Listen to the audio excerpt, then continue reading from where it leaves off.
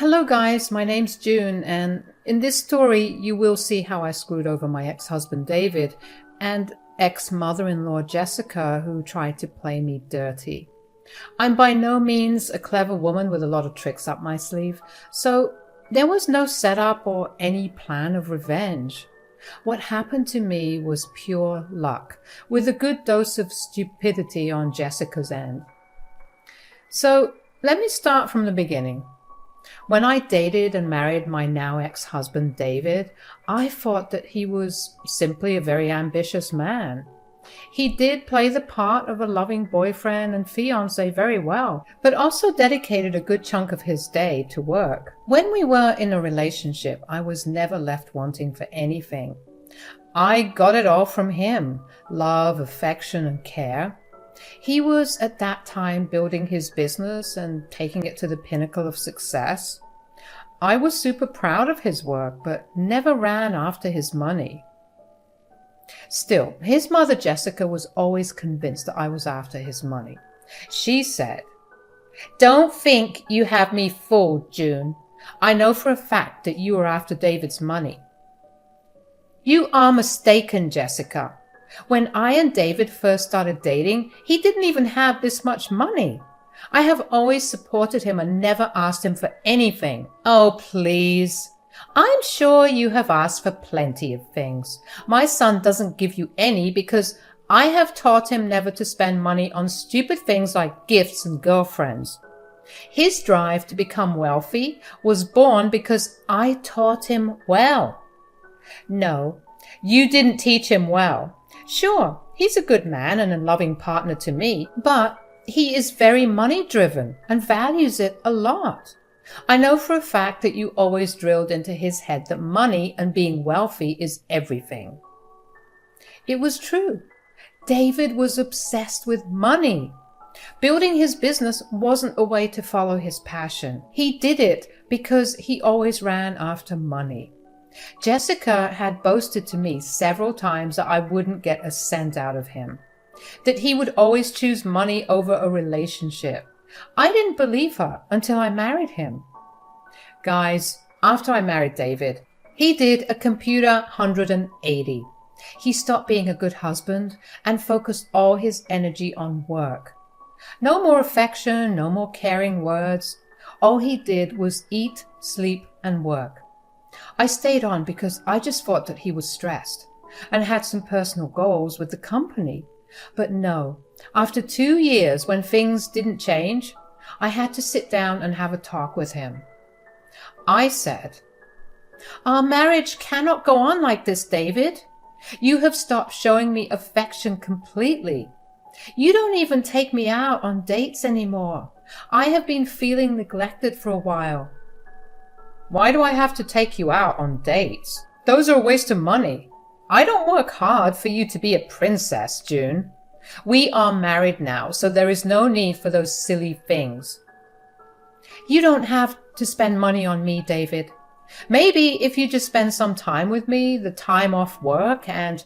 "If I take time off work, do you think my bank will magically get filled with money? Don't be ridiculous, Jessica."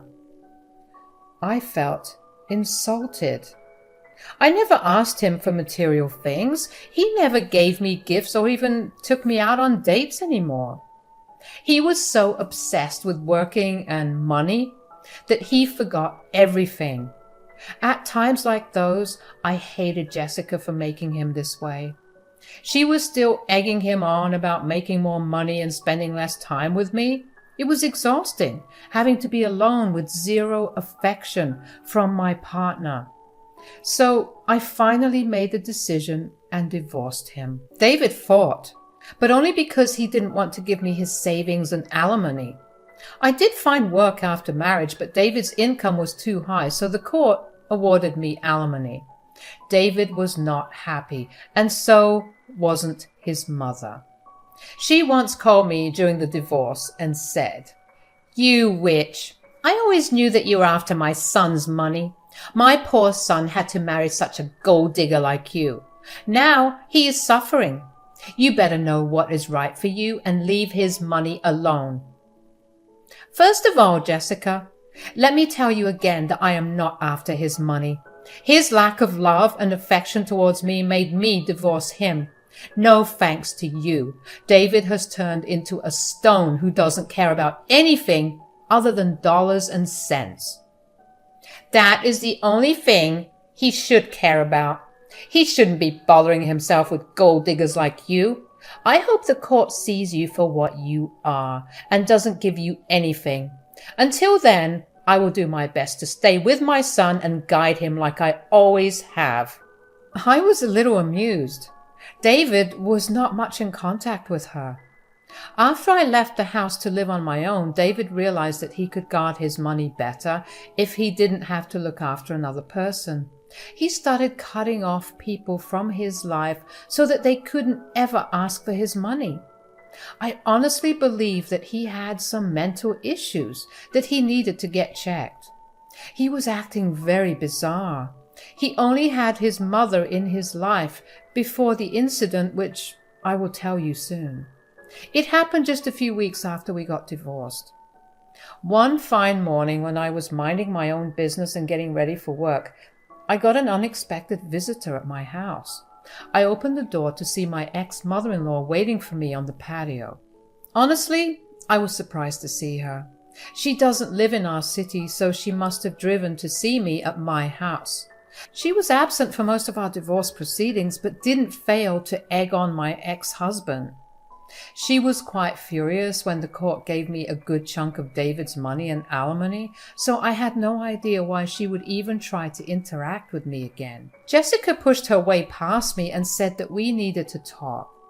I sat her down and went to the kitchen to make some coffee. When I was coming back, I saw her go through my bag on the couch. She didn't see me, and I couldn't find out what she was trying to do before she saw me coming. When I sat down, I said, "So, what brings you here, Jessica? I don't see why you would ever need me or want my company, so it has to be something serious." "You are funny, June. I have no idea who in this world would ever want your company. And you are a useless woman, so I can't get anything out of your help." "Okay, then pray tell me why you are here. I only invited you in because I thought it was something important or an emergency." "Well, this is important. I have come to tell you what a waste of space you are. You ruined my son's life. And I hardly did anything, June. He was an absent partner, so I divorced him. The court did the rest. I didn't ruin him like you said." "Yeah, you did. I always knew you were after his money. Your divorce proved it to me. Do you think I don't know how much the court awarded you in the divorce? You bled my son dry. If you think I will let you get away with it, you are wrong. I will ruin you. Consider this a warning." Jessica went on, calling me names and giving me various kinds of threats. I was seriously baffled by what was happening. I never thought she would drive for hours just to come and yell at me. It was amusing and annoying as well. I was just wasting my time with her and nothing was making sense. After some heavy threatening and yelling, Jessica left. I sat on my couch, stunned at what happened. It actually ate at me the entire day. But the next morning when I was getting ready for work, I suddenly remembered that Jessica had been going through my handbag. I had no idea why she did that. I quickly checked my bag to see if anything was amiss. Everything was in place except for my credit card.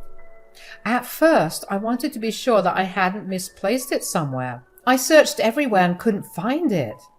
That's when I suspected that Jessica might have taken it. Now, I didn't have cameras in my house, so there was no way of proving this to anyone.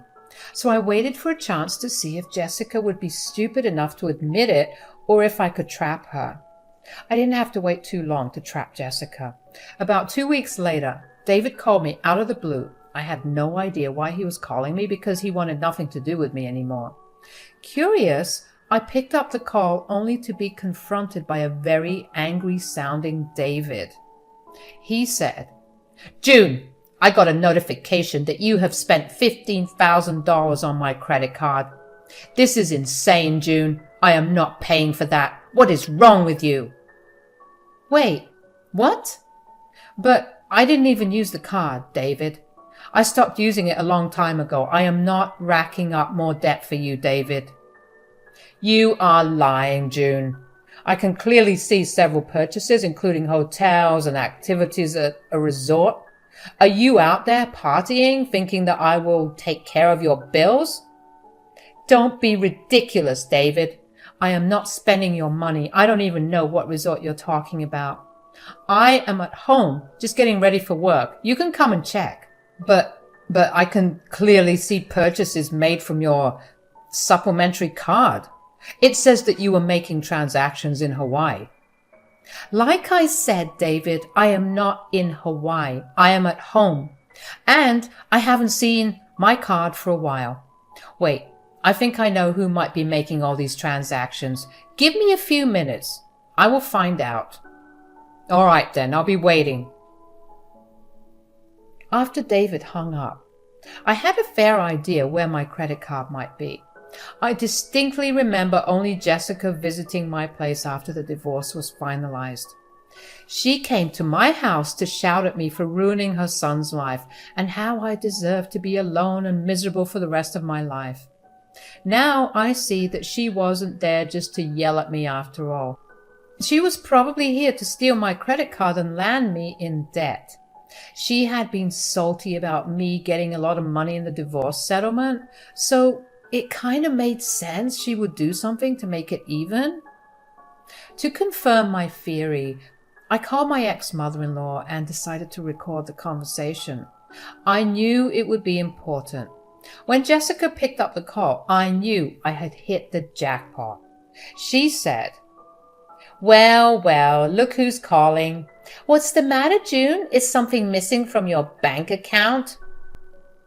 Ah, so I was right. I see. You took my credit card, didn't you, Jessica? It was about time you noticed your card missing. I must say, it's a very nice card with a high spending limit. It is doing wonders for my vacation. What vacation, Jessica? You need to be a little more specific than that. I'm talking about my vacation to Hawaii. I took a grand tour with my friends. We are honestly having a blast.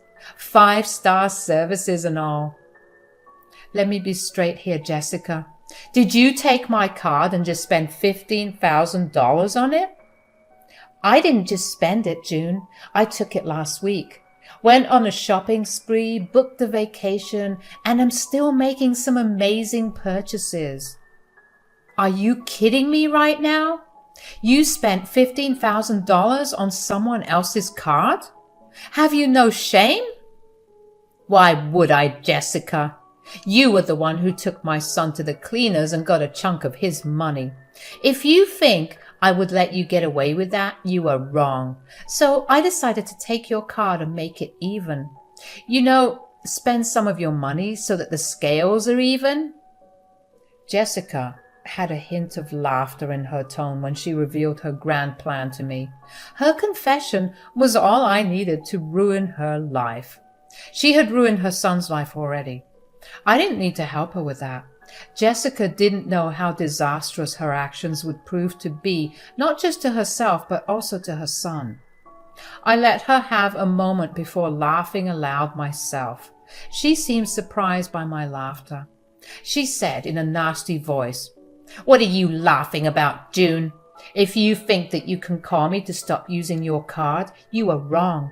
I'm hundreds of miles away, and you can't make me give you back my card. I will make some more purchases and only return the card when I am satisfied with myself."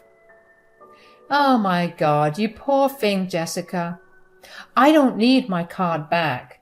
You can keep it and use it as you please. Oh, I don't mind at all. You don't mind me spending all your money? You need to get your head out of your butt, Jessica. I don't know why you think you are spending my money. What do you mean? I'm using your card for my purchases. That's how you know that I've been using it. Yes, you were using my card for your purchases, but that's not why I knew what you were doing. Your son got his bank statements today and he informed me about it. What nonsense. My son hates you now and doesn't want to talk to you. Plus, why would he get notifications of your credit card transactions? You must have short-term memory loss or something, Jessica. Did you forget that the court has ordered David to pay off my credit card bills? The card you took is connected to his bank account. It was a supplementary card I had before our marriage. He forgot to get it back. Thanks for taking it off my hands. Now, there was a stunned silence in Jessica's end. She was trying to figure out if I was lying or if she had really messed up that badly. You see, she must have forgotten that the court had ordered him to pay my credit card bills. It wasn't my personal account, but a supplementary card linked to David's bank account. David had let me keep it, but he was the only one who used it to buy stuff for business. When I presented the proof to the judge, she instructed David to make those payments even though the card was in my name. Jessica had either forgotten that or simply thought that I had given the card back. Truth is, I was supposed to give David the card back once he returned from an emergency business trip. That was before Jessica swooped in and stole it. When Jessica realized the whole deal, she started to sound panicked when she said, No, that can't be possible. You were saying that my son has to pay off these bills? Yes, Jessica, your son will be the one paying off the bills, so spend as you may. It doesn't affect me in any way. No, this can't be happening. You are lying. You are lying. Jessica's panicked denial was the last thing I heard before she hung up on me. I guess she couldn't handle me speaking the truth. I did my part and confronted her. I had the recorded conversation to nuke her life for good, and I was first going to nuke her relationship with her son. I was curious how David would react. He did love his mom, but I knew he loved his money more than anyone else. So after Jessica hung up on me, I proceeded to execute part 2 of my revenge plan. I called David and said, So, I know someone took my card and is making those purchases without my authorization. I'm thinking about filing a police report, or you can do it with me. What? Someone took your card? Do you know who it is? I will definitely go after that person. The $15,000 is no joke to me, June. You need to tell me what you know. Brace yourself for this, David. It was Jessica, your mother, who stole the card from me. I guess she did it last week when she came to my house to yell at me. Something about ruining your life and that. I guess she was really there to steal my card. What nonsense are you spewing, June? Just because my mom is also on a vacation to Hawaii doesn't mean she's doing this. You can't just accuse my mom like that. I am not accusing your mom without proof, David. I have her own confession to the crime. I called her and confronted her. She told me everything. No, I don't believe you. My mom would never do that to me. She wouldn't want me to lose money. She thought that she was spending the money that I got in the divorce from you. She even said something about evening the scales. If you don't believe me, I can send you the proof. It will make things crystal clear. Yes, send me what you have. I need to get to the end of this nonsense. I sent David the call recording after hanging up. It took him some time to call me back. He was probably too shocked and furious to see what his dear mother had done. He called me back, and I said, So, is this proof enough for you, David? Like I said, I wasn't the one who racked up the debt from the credit card. It was your damn mother. I can't believe how stupid she is. This is why I kept her far, far away from my money. God, I don't know what has gotten into her, but I am not paying that off. I will sue Mom. Really, David? You want to sue your mother? Of course. She may have thought that she stole from you, but it is me who she stole from. There is no way I am paying that ridiculous credit card bill from my pocket. I highly doubt your mother has that kind of money lying around. Plus, she knows now that she is using your card. She may be spending the rest of the trip paying out of pocket. Mom doesn't have that much money laying around for sure. That's exactly why I need to sue her if she refuses to pay me back. If she refuses to pay, you need to go to the cops with me to report the card missing. I agreed to go with David to the police station. I was honestly a little shocked that he was considering suing his mother. Then again, it's David who knows nothing beyond money. And that was almost entirely Jessica's fault, who made him that way. But now it's all going to come back and bite her in the butt. I was getting front seats to the drama. From here on, I will give you an abbreviated version of what went on. I got all this information from David and a few other sources from his family, who was still close to me. After my talk with David, he called and confronted Jessica. She was really remorseful when she realized that she had indeed used his money. David was furious and laid it thick on Jessica. He informed her that she needed to pay him the money back or else he would sue her. Jessica thought that he was bluffing. They had a big argument and Jessica came back home early. Still, she thought that she could get away without paying the debt. Days passed and David gave her a final warning and even sent his lawyer to her. That made Jessica realize that David was dead serious. She did all sorts of things like begging and crying for mercy. The money was way too much for her and she would have had to take 2 jobs to pay it out. Did that make David change his mind? Of course not. He made her pay him back. As far as I know, she is still working 2 jobs and making payments. The lawyer made her sign appropriate papers to make sure she didn't get away with it. When everything was settled, David and Jessica's relationship was over. They both blamed each other for the incident and are now not even talking to each other. So much so for having a great mother-son bond. Anyway, I had a lot of fun watching everything from afar and knowing that I was free from that disastrous marriage and family.